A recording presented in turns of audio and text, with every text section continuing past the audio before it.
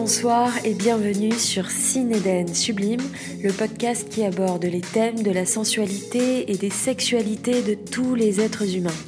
Peu importe le genre, l'orientation ou les pratiques sexuelles de celui qui écoute, cet espace est destiné à toutes les personnes avisées, curieuses, confirmées ou non, qui prônent l'ouverture d'esprit, le respect et la bienveillance. Cet espace est chaleureux, intime, sans gêne et sans tabou. Je vous invite à me suivre, nous partons ensemble en s'exploration.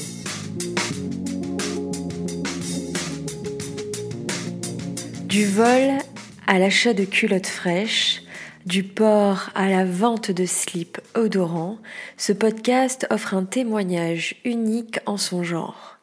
Vous allez découvrir l'histoire anonyme de celui qui avait un petit plaisir, celui d'acheter des culottes déjà portées et d'en faire un moment d'extase, de plaisir, comme un instant hors du temps entre lui et le fantasme.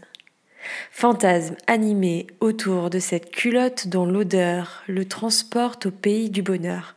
C'est avec beaucoup de transparence, de simplicité que ce témoignage nous offre des réponses claires et nous questionne aussi dans notre intimité, nos désirs, nos fantasmes et ce qu'on en fait. Nous sommes dans un cadre bien confortable, particulier, pour un sujet tout aussi atypique. Est-ce que tu peux te présenter, s'il te plaît ? Je veux bien. Écoute, bonjour à tous. Écoute, je suis un jeune trentenaire, bientôt trentenaire, ayant eu beaucoup de territorialité, ayant voyagé beaucoup sur plusieurs continents, ayant eu beaucoup d'expériences, une vie un petit peu complète et complexe. Le sujet, l'objet de ce podcast est particulier. C'est un sujet qui m'intéresse et qui, je pense, intéresse beaucoup de personnes aussi. Est-ce que tu peux nous parler un peu de ton kink, la raison pour laquelle tu es là aujourd'hui ? Avec plaisir. C'est un fantasme que j'ai depuis très longtemps, qui a évolué, qui est, pour le décrire simplement, l'adoration des odeurs, qui se traduit par le goût pour les sous-vêtements féminins, pour ma part, qui a évolué énormément, qui n'a pas commencé par les sous-vêtements féminins, qui étaient plutôt sous-vêtements masculins, les miens, qui a évolué par la suite jusqu'à aujourd'hui, une période de couple où j'ai encore ce fantasme et il se traduit autrement que durant les dernières décennies, disons. Ok, donc là tu parles de fantasme, c'est-à-dire c'est quelque chose que tu ne réalises pas ou que tu réalises ? Je pense que c'est une pratique, comme beaucoup d'autres, qui a une partie réalisée, mais qui a toujours une origine inconsciente, ou même si elle est consciente, elle est très cérébrale et elle est très solitaire. Donc, même si elle se réalise, je pense que très clairement, on est sur beaucoup d'imagination, beaucoup de création, de créativité, on pourrait dire, avec comme support une culotte. Ok.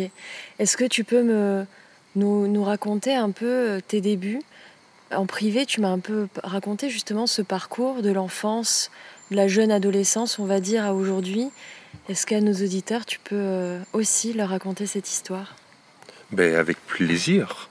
C'est vrai qu'on peut en rire et ça fait longtemps qu'on se connaît en privé. Et c'est vrai que Cinéden a été une amie de longue date avec laquelle on a discuté de nombreux sujets d'un point de vue de sexualité. Et c'est vrai que c'est une découverte, on en a parlé il n'y a pas longtemps, du fait que, écoute, ça a commencé très jeune, dans l'adolescence, dans la découverte de son propre corps, de mon propre corps, à travers ma propre odeur, mon propre parfum, qui m'a tout de suite débloqué, je pense, des choses au niveau des fantasmes. Je pense que ça m'a permis d'avoir, comme je disais tout à l'heure, un support à d'autres créativités, à d'autres imaginaires qui n'étaient pas possibles sans. Et qui a dévié après vers l'achat et la vente sporadique de sous-vêtements, mais beaucoup d'achats, beaucoup. Régulièrement, disons, dans une période de ma vie où j'en avais besoin, où j'avais besoin de en dehors de ce physique, de ce bout de tissu physique, d'attention, de rapprochement avec, pas forcément une relation, mais oui, on pourrait, je pense, appeler ça une relation, même si elle est en partie commerciale, mais quelque chose de beaucoup plus sentimental que juste un acte sexuel, par exemple, qui aurait pu passer par un acte tarifé, comme on aime bien l'appeler aujourd'hui. Mais c'est vrai que c'est beaucoup plus conscientisé, beaucoup plus... Il y a beaucoup de cérébral, beaucoup d'imaginaire, beaucoup de... Je pense un peu comme beaucoup de pratiques solitaires, qui au final nous travaillent à l'intérieur de nous. Tu m'as expliqué que la première relation que tu as eue, elle était avec toi-même, la découverte de ton odeur, et c'était pas très clair pour moi. Tu m'as expliqué que tu te masturbais en ayant tes caleçons à la main et en sentant l'odeur de tes caleçons. Est-ce que tu avais quel âge? Est-ce que tu peux me raconter un peu cette période? Qu'est-ce qui te stimulait? Est-ce que tu avais conscience justement de ce que tu faisais ou pas? Ou c'est quelque chose qui a été très instinctif? Je pense qu'on peut très clairement parler d'instinctif. Il y a toujours eu, surtout à partir de cet âge-là, jusqu'à vraiment ma fin d'adolescence, mon début de jeune d'adulte, une recherche, vraiment une expérimentation au niveau de la sexualité. Et c'est vrai que ça a été très instinctif. C'est bête, mais être nu pour se masturber, et puis on a quelque chose à côté, on se rhabille, on le sent une première fois, on est comme ah, pourquoi pas. C'est sûr que le fait que je sois possiblement bisexuel, surtout à ce moment-là, au moment où j'ai pas de limite, au moment où donc dans un passé de ma vie où j'avais beaucoup moins, pas de limite comme on pourrait l'entendre sociale ou des barrières, c'est juste beaucoup plus une liberté d'expérimenter. Donc, peu importe l'individu, peu importe qui est en face de nous, si on est en face de quelqu'un de consentant et qu'on est consentant, ben pourquoi pas, allons-y. Et quand c'est avec soi-même, au final, il y a beaucoup moins de barrières, mine de rien. Donc ce petit jeu rentre en considération, on se sent une première fois, et puis la fois d'après, ben, on se dit pourquoi pas. Et puis l'imaginaire prend en considération. C'est assez marrant, mais je n'ai jamais imaginé que c'était mon propre sous-vêtement que je sentais à ce moment-là. Toujours le sous-vêtement de quelqu'un d'autre. D'accord, ok. Et la première fois que tu as saisi une culotte de femme pour la sentir, est-ce que tu peux me raconter cette expérience? Une expérience, on peut appeler ça une expérience. Vraiment, en fait, entre ces premiers essais, ces premières expériences, il s'est passé de nombreuses années. Alors, en fait, en réalité, entre ces premières expériences, donc à un très jeune âge, mine de rien, pour comprendre son corps et comprendre sa sexualité, et cet événement dont tu parles, qui a été vraiment le début du commencement de l'appréciation des culottes, si on peut appeler ça comme ça. Il s'est passé vraiment plein de choses, et c'était vraiment partie de mon esprit.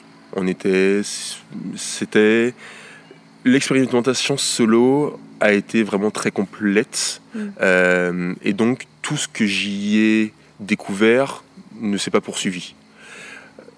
C'est par la suite qu'il y a certaines choses qui sont revenues, dont les culottes. Et un jour, à une piscine, dont j'éviterai de citer le nom, je trouve dans un casier vidé complètement, donc quelqu'un qui a oublié une culotte. Et une culotte d'une personne très clairement entre 18 et 30 ans. Donc, qui rentre déjà là dans mes critères. Parce que je pense que, surtout quand on est sur une sexualité solo comme ça, des critères très précis se développent. Et à ce moment-là, je ne peux imaginer me masturber sur une culotte de quelqu'un de 50 ans, par exemple. C'est pas possible pour moi. Il y a tout ce côté cérébral qui rentre en jeu à ce moment-là. On me vend du rêve, entre guillemets, comme on aimerait bien dans l'intérieur de la com actuellement. On me vend du rêve. C'est vraiment un support. On est vraiment sur un support, un outil support à la création, à l'imaginaire. Donc il faut que ce support-là soit intéressant, soit propice à ça. Donc cette culotte, tu l'as prise, tu l'as volée, et tu l'as mise dans ton sac, tu es rentré chez toi avec. Exactement. Et est-ce que tu as exploré, découvert cette culotte, là, à ce moment-là, dans ton intimité chez toi? Qu'est-ce que tu en as fait? Est-ce que tu l'as sentie, tu as joué avec, tu t'es masturbé avec, et ensuite tu l'as rangée? Est-ce que tu t'en es débarrassé? Comment décris-moi un peu cette phase-là. Alors j'ai fini par m'en débarrasser. J'ai fini par me débarrasser de toutes les culottes que j'ai achetées. Mine de rien, elles n'ont jamais eu une durée de vie très longue. Et c'est vraiment pas à cause du fait que elles possèdent une matière organique qui pourrait se désaltérer avec le temps ou choses comme ça. C'est juste que c'est un support éphémère. C'est une imagination éphémère. Et oui, cette culotte, ce premier réel objet, je me suis masturbé directement avec, je suis rentré chez moi, et puis la rêverie a commencé à partir. En réalité, la rêverie a commencé bien avant. Tout le trajet, et à chaque fois, c'est ça qui est un peu de beau, c'est le chemin est aussi important que l'arrivée, le rapport, même quand par la suite j'ai acheté des culottes, le rapport avec la vendeuse était aussi important que l'objet en lui-même. On est sur une volonté d'avoir une expérience complète. C'est pas uniquement un objet, c'est pas uniquement une émotion, c'est pas uniquement une masturbation, c'est presque une relation intime avec un objet qui a été intime à quelqu'un d'autre.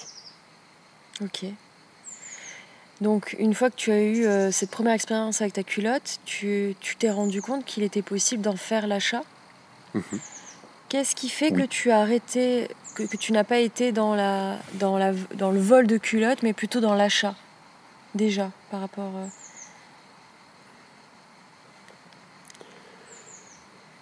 Tout simplement parce que, à ce moment-là, clairement, j'avais les moyens de pouvoir passer plus sur de l'achat que du vol.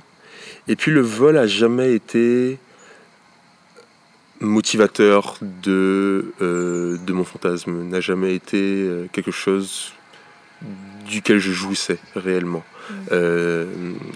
Pour cette première-là, il y a eu presque plus de honte sur le vol que de satisfaction.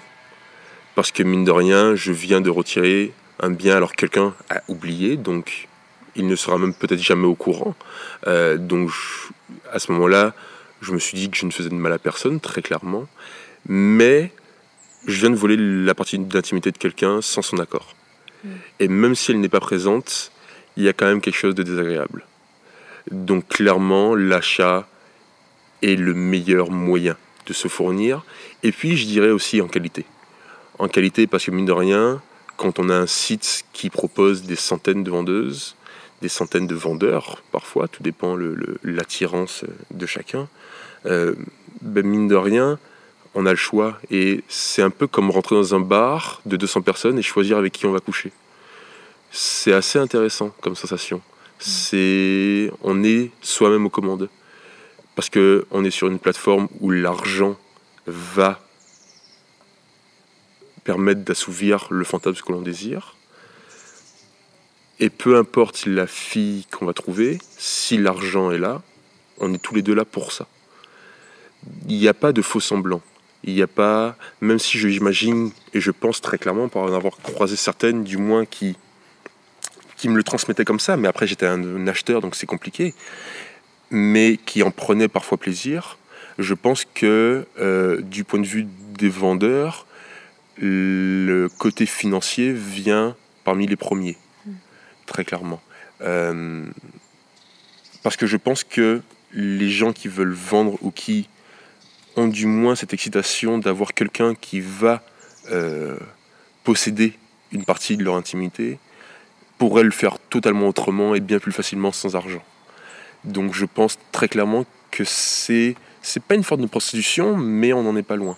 On est dans un échange financier au travers d'un acte qui va se retrouver être un acte sexuel. Ok. Tu me parlais... lorsque tu m'expliquais justement comment tu choisissais tes culottes, j'avais l'impression que tu me parlais un peu d'un supermarché avec un panel de choix, etc. Mais vraiment. Est-ce que tu peux m'expliquer l'expérience utilisateur d'un site comme ça? Et toi, imagine, là, tu es sur ce site. Quels sont tes critères? Qu'est-ce que tu regardes? Comment tu choisis ta culotte? Parce que tu ne peux pas sentir l'odeur. Et initialement, ce qui fait que tu en es à acheter des culottes, c'est quand même l'odeur avec tout le travail, tout l'imaginaire qu'il y a autour. Comment tu fais tes choix? Quels sont tes critères? Tu me l'avais expliqué et j'avais trouvé ça très intéressant. Est-ce que tu peux le partager? Bizarrement, je dirais que la crainte d'avoir une mauvaise odeur n'est jamais arrivée. Peut-être que c'est faux, mais je me suis toujours dit que quelqu'un qui vend ses sous-vêtements n'est pas incommodé par sa propre odeur. Donc que son parfum est, peu importe pour qui, mais sera pour quelqu'un agréable. Donc mine de rien, cette limite de pas de mauvaise odeur, elle n'est jamais là. Donc en réalité, c'est vraiment que du physique. C'est que du physique et de la présentation. Je passais des heures à regarder, à lire la description des jeunes filles.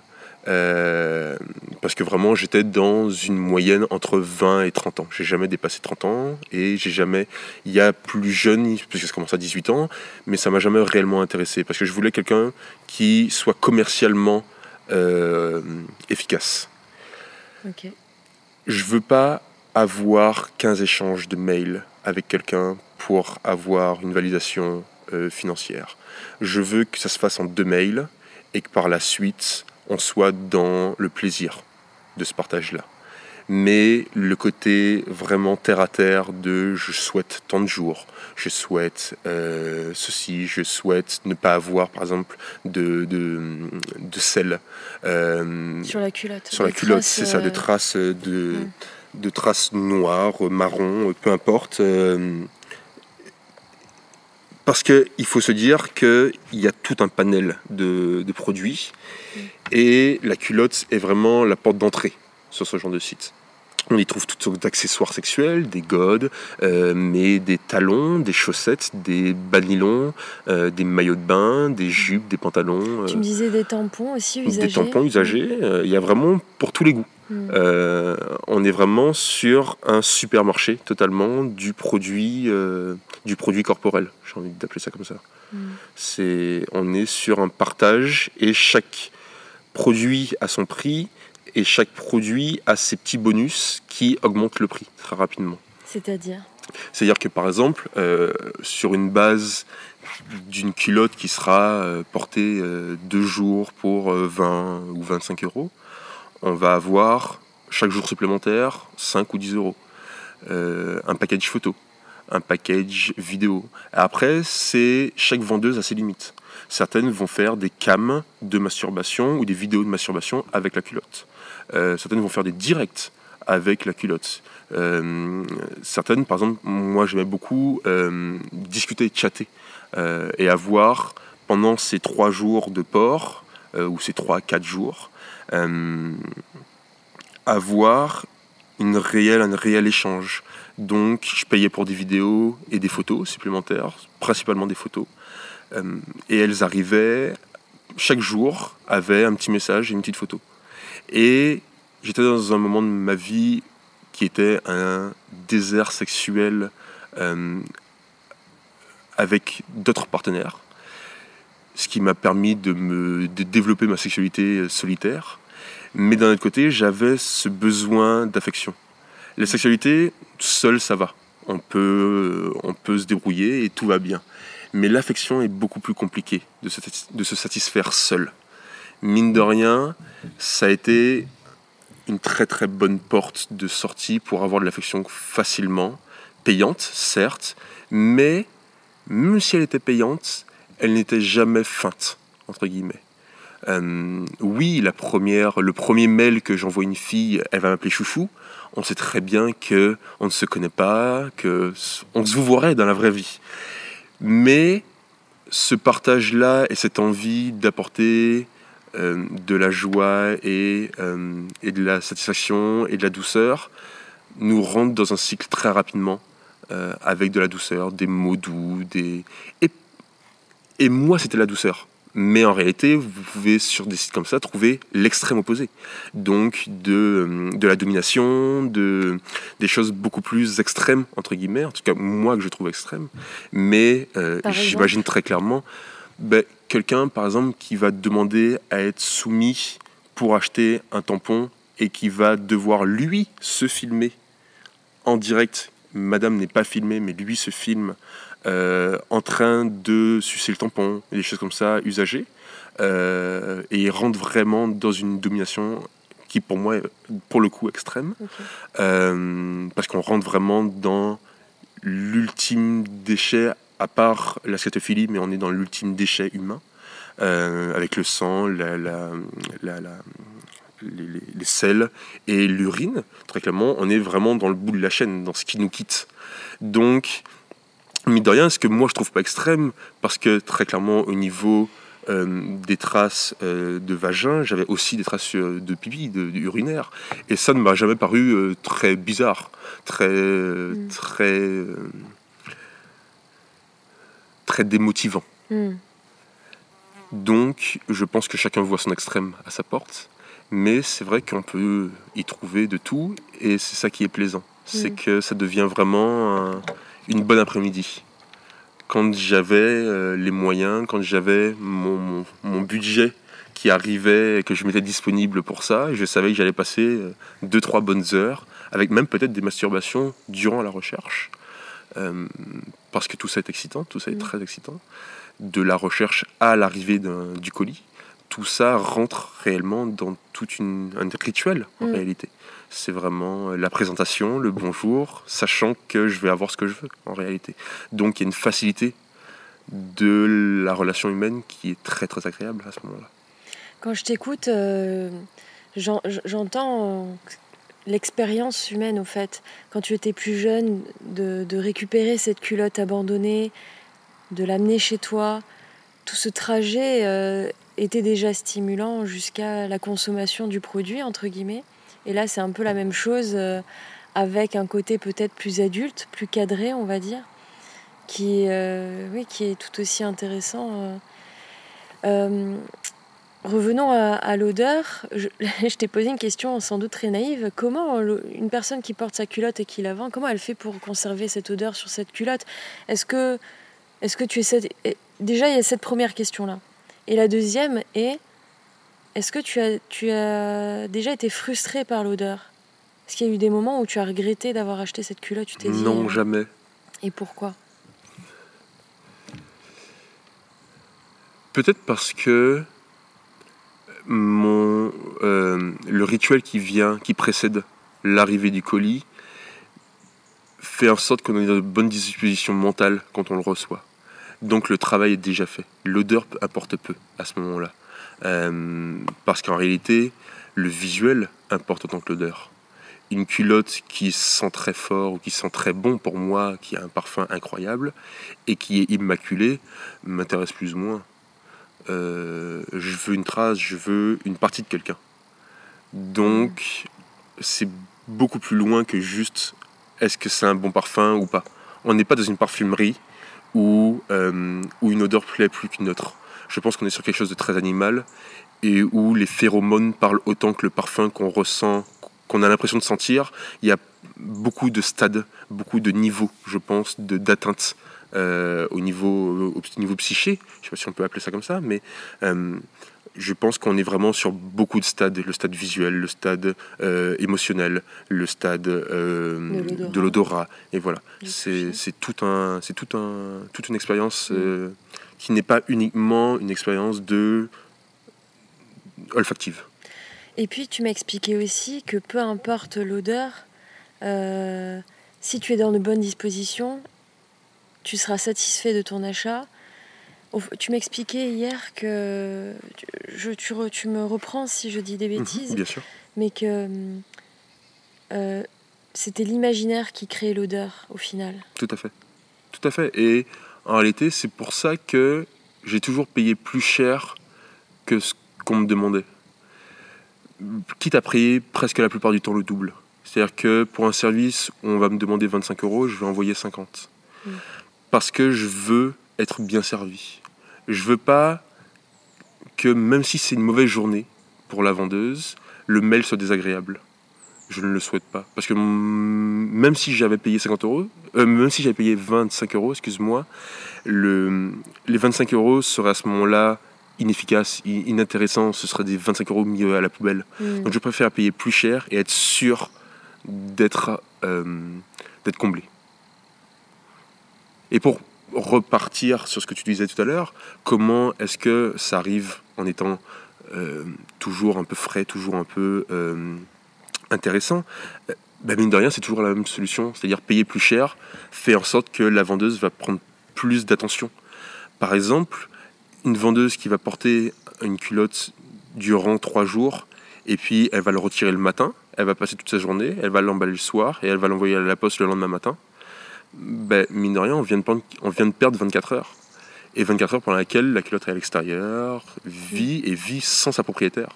Alors que, en mettant un peu plus de sous, j'avais des vendeuses qui sortaient du travail, retiraient directement leurs sous-vêtements, le mettaient dans un carton et l'envoyaient le jour même. Donc j'avais quelque chose qui arrivait beaucoup plus rapidement, un service beaucoup plus soigné, mine de rien. Tu me parlais aussi des petites attentions qui accompagnaient la culotte. Un petit mot sympa, écrit à la main, etc. Ça joue aussi... Oui, toujours. Mais c'est même le premier mail où mademoiselle m'appelle chouchou, je sais qu'on est dans un jeu. Je sais qu'on est dans un jeu de rôle actuellement.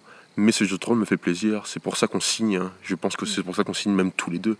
C'est parce que ce jeu de rôle-là, en dehors de ne pas nous déplaire, nous fait plaisir. Très clairement.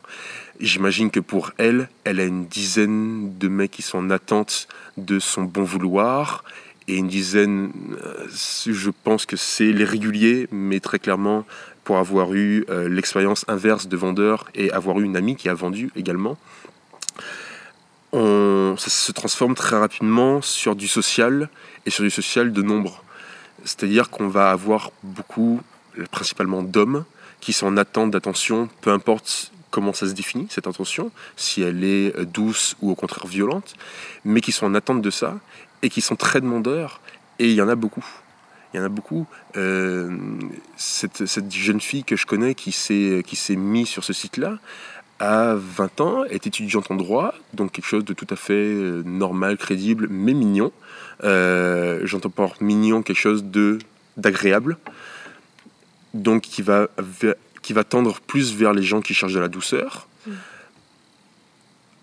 Je pense qu'elle a dû recevoir une centaine de demandes en moins de 24 heures, alors qu'il n'y avait pas de photo d'elle à ce moment-là. Elle n'avait que 2 photos de ses pieds et choses comme ça. Donc on est vraiment sur une grosse clientèle.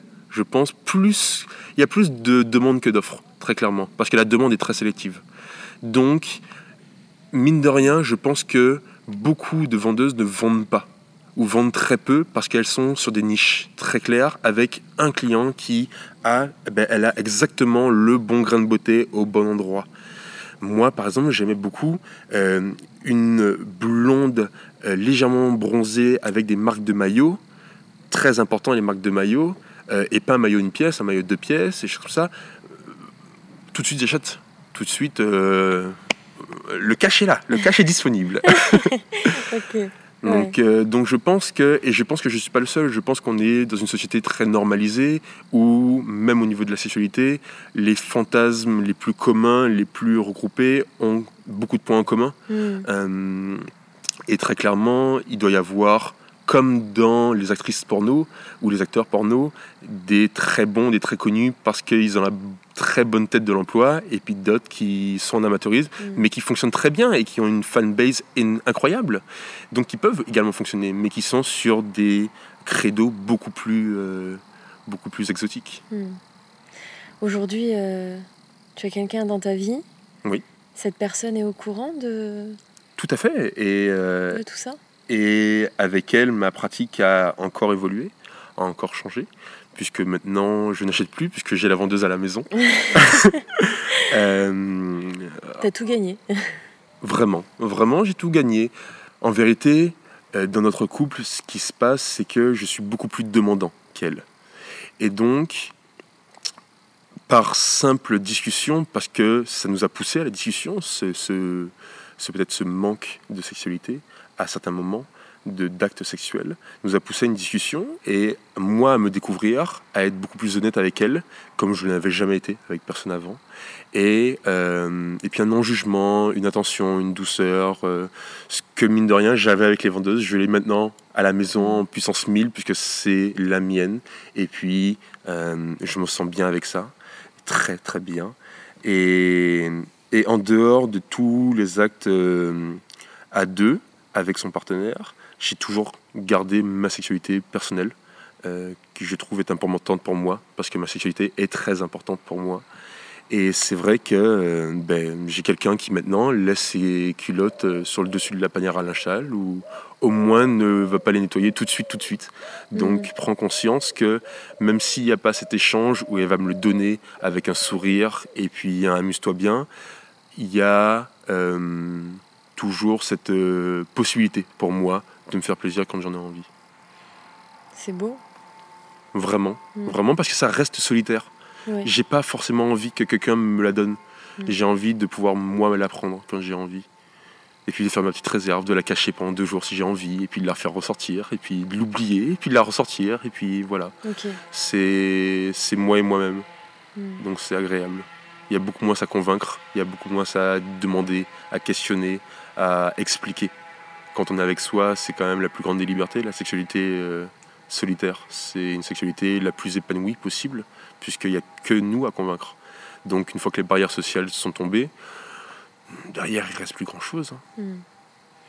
Et si tu devais faire un comparatif en tant qu'acheteur et vendeur, puisque tu as aussi vendu des sous-vêtements, tout à fait. Est-ce que tu peux m'en parler un peu, faire un petit comparatif et parler de ton expérience de vendeur aussi ? C'était très bref, donc je pourrais pas dire que je suis un vendeur expérimenté qui connaît toutes les ficelles de la vente de culottes, enfin pour le coup de slip et pour le coup de caleçons, de boxers, pour être plus précis. C'est bien, on a fait tous les supports de sous-vêtements en une seule phrase. Mine de rien, on est encore une fois avec le même type de public. Alors pour moi, pour le coup, c'est-à-dire un public très masculin. J'ai eu aucune femme. Et j'ai eu cette impression que les acheteurs, peu importe que ce soit de culottes ou de slip, étaient toujours masculins. Alors je me trompe peut-être, mais j'ai l'impression que c'est une énorme majorité. Que peut-être que les douches dans les vestiaires quand on est jeune, avec toutes les odeurs d'adolescents en rut, peut-être nous modifient plus que vous. Dans la féminité plus douce. Mais cette odeur animale, j'ai l'impression, est beaucoup plus... Cette demande d'odeur animale est plus masculine. Et j'ai eu affaire qu'avec des hommes, et des hommes gays. Donc à ce moment-là, ça ne me déplaisait pas. Au contraire, j'y trouvais une certaine satisfaction, mais d'un point de vue de l'ego uniquement. Okay. Pas du tout d'un point de vue sexuel ou d'un plaisir sexuel. Il y avait vraiment... C'est pour ça que je n'ai pas fait longtemps, parce que c'était vraiment d'un point de vue financier, qui ne m'a pas vraiment permis de mettre même du beurre dans les épinards, parce que je l'ai fait vraiment pour... Il faut se dire que pour avoir quelque chose de rentable, une activité qui est rentable, il faut vraiment avoir une bonne organisation. Parce que sur un objet qu'on ne va pas payer plus de 20 ou 25 euros, il y a le prix de l'envoi, il y a le prix du sous-vêtement en lui-même, il y a le temps qu'on va y passer, il y a l'attention qu'on va y passer avec les messages, les échanges. Donc mine de rien, c'est pas forcément... Je ne vais pas dire rentable parce que ça l'est, mais c'est pas forcément motivant quand on n'y trouve pas un plaisir quelconque, je pense. Ouais. Ce qui n'était pas mon cas. Donc j'ai arrêté rapidement, mais une expérience intéressante, surtout quand on a vécu et quand on vit encore de l'autre côté de la barrière, à être acheteur, à être demandeur. C'est intéressant, ça fait partie encore de mes volontés d'expérimentation, de tester l'autre côté. C'est toujours intéressant d'essayer l'autre côté. Tu en parles avec une grande facilité de ces expériences, de ce kink. Est-ce que ça a toujours été comme ça ? Tu as l'air d'accepter entièrement cette part de toi. Tu en parles librement. Aujourd'hui, dans le cadre de ce podcast. Qu'est-ce qui fait que tu as cette grande liberté? Et quels conseils tu pourrais donner aux personnes qui ont envie d'acheter mais qui n'assument pas, ou qui ont peut-être ce fameux kink pour l'odeur, mais c'est trop compliqué à accepter? Je pense que mine de rien, c'est ma conjointe actuelle qui me permet de développer cette acceptation facile et facilitée de tous mes fantasmes, que ce soit celui-là ou d'autres. Parce qu'il a toujours été là, et l'acceptation du risque de la découverte a toujours été là. Que le postier passe, me livre une culotte, que ce soit mes parents qui l'ouvrent, si ça arrive chez mes parents, quand j'y habitais, et puis voilà. J'en accepte les responsabilités, j'en accepte ce qui pourrait en découler. Mais j'ai jamais voulu le mettre de l'avant, j'ai jamais voulu le transmettre, en discuter, échanger autour de ça. Alors, tu le sais, puisqu'on se connaît depuis longtemps, au niveau de la sexualité, plus général, c'est un peu différent, parce qu'on a toujours été beaucoup plus libre, beaucoup plus ouvert aux discussions, à la découverte de nouvelles sexualités, à la découverte d'autres mondes. Mais c'est vrai que on reste quand même dans une pratique qui, d'un point de vue social, on joue avec le déchet de quelqu'un d'autre. Donc, mine de rien, on a cette possibilité très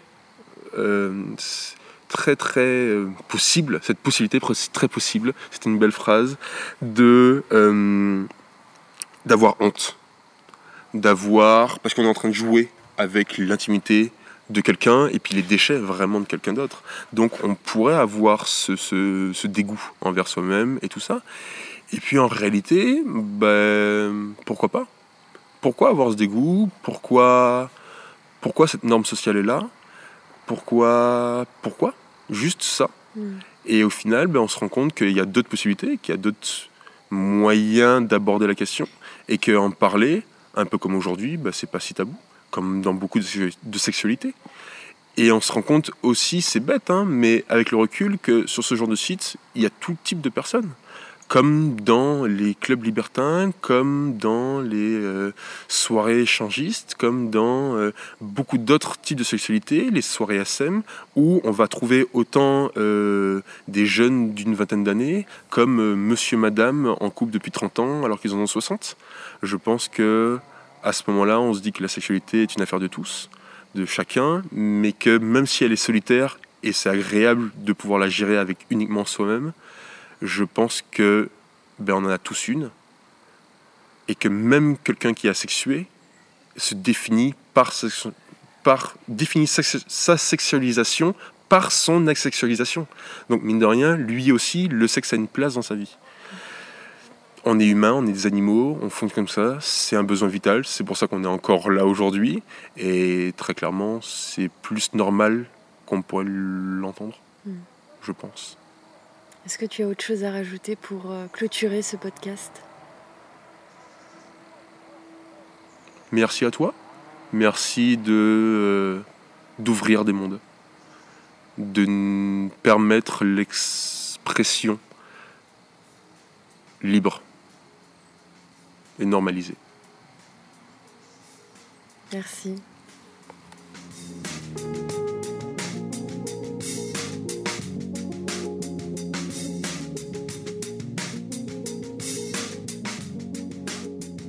Si vous souhaitez témoigner sur un sujet autour de la question du genre, des orientations ou pratiques sexuelles, n'hésitez pas à me contacter sur Instagram @CinédenSublimePodcast.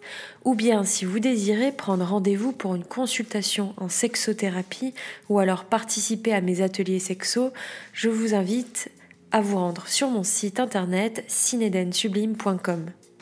Si évidemment vous appréciez ce podcast, montrez-moi votre soutien, que ce soit avec un like, un partage, un commentaire sur votre plateforme audio d'écoute, Spotify, Apple Podcast, Google Podcast, Podcast Addict, YouTube ou bien même sur cinedensublime.com. Ça fait toujours plaisir. À très bientôt.